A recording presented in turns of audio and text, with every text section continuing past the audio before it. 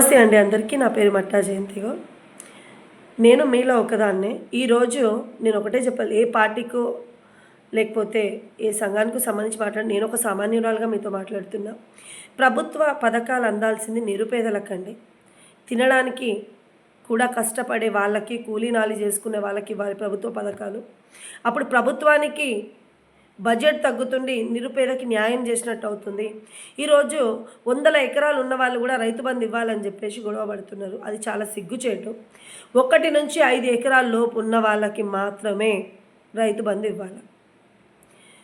నిరుపేదలకి, scent భూమి లేని వాళ్ళకి డబుల్ బెడ్రూమ్లు ఇవ్వాలా. ఇలా మధ్యవర్తుల ద్వారా ప్రభుత్వ సొమ్ము దుర్వినియోగం అవుతుంది. ప్రభుత్వ సొమ్ము అంటే అది ప్రజల సొమ్ము. మన సొమ్ముని వేరే వాళ్ళు ఎవరో తన్నుకుపోతున్నారు. ఈరోజు మహాలక్ష్మి పథకం పెట్టిర్రు, బస్సు. అది ఏ విద్యార్థులకు, ఉద్యోగులకు ఉన్న వాళ్ళకి సౌకర్యాలు కల్పిస్తే బాగుంటుంది. ఎందుకంటే వాళ్ళకి పిల్లలు చూడలేక చదువుకోవడానికి ఇబ్బంది పడే వాళ్ళకు ఉపయోగపడుతుంది. ఈరోజు ఫంక్షన్లకని, దావతులకని మహాలక్ష్మి పథకాన్ని కూడా వాళ్ళు ఇష్టం వచ్చినట్టు ఇష్టారాజ్యంగా వాడుకుంటున్నారు. అది తప్పు. ఇంకొకటి ఏంటి, రైతు బంధు విషయానికి వస్తే 100 ఎకరాలు ఉన్నోడు కూడా నాకు ఇవ్వాలి అని అడుగుతున్నాడు. బడ్జెట్ ఎక్కడ ఉంటుంది ప్రభుత్వంలో? చిరు వ్యాపారులకి, చిరుస్థలకు వాళ్ళకి ఇస్తే వాళ్ళకి ఏదైనా ఉపయోగపడుతుంది. ప్రపంచంలో ఏ రాష్ట్రంలోనైనా సరే, ఏ దేశంలోనైనా సరే పేద ప్రజలకి వాళ్ళు ముందుకెళ్ళాలి, వాళ్ళు బాగుపడాలి అంటే మనం ఇతర పథకాలు ఏమి ఇవ్వకపోయినా 2 పథకాలు ప్రభుత్వం ఇస్తే వాళ్ళ భవిష్యత్తు బంగారు మాటగా మాట్లాడుతుంది. ఒకటి వైద్యం, ఒకటి విద్య.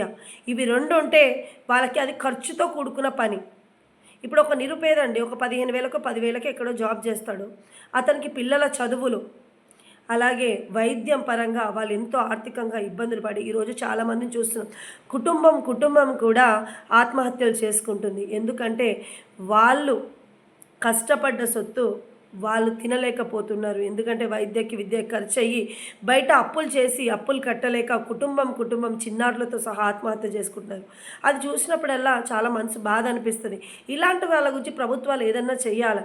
పథకాలు పెట్టేటప్పుడు మధ్యతరగతి పేదవారికి ఉపయోగపడే విధంగా ఉండాలి.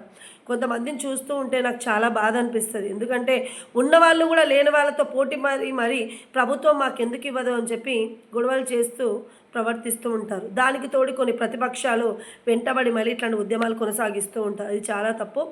ప్రభుత్వంకి భారం తగ్గాలన్నా ఈరోజు రాష్ట్రంలో బడ్జెట్ లేదు అని చెప్తున్నారు. ప్రతి రాష్ట్రంలో కూడా పరిస్థితి అదే.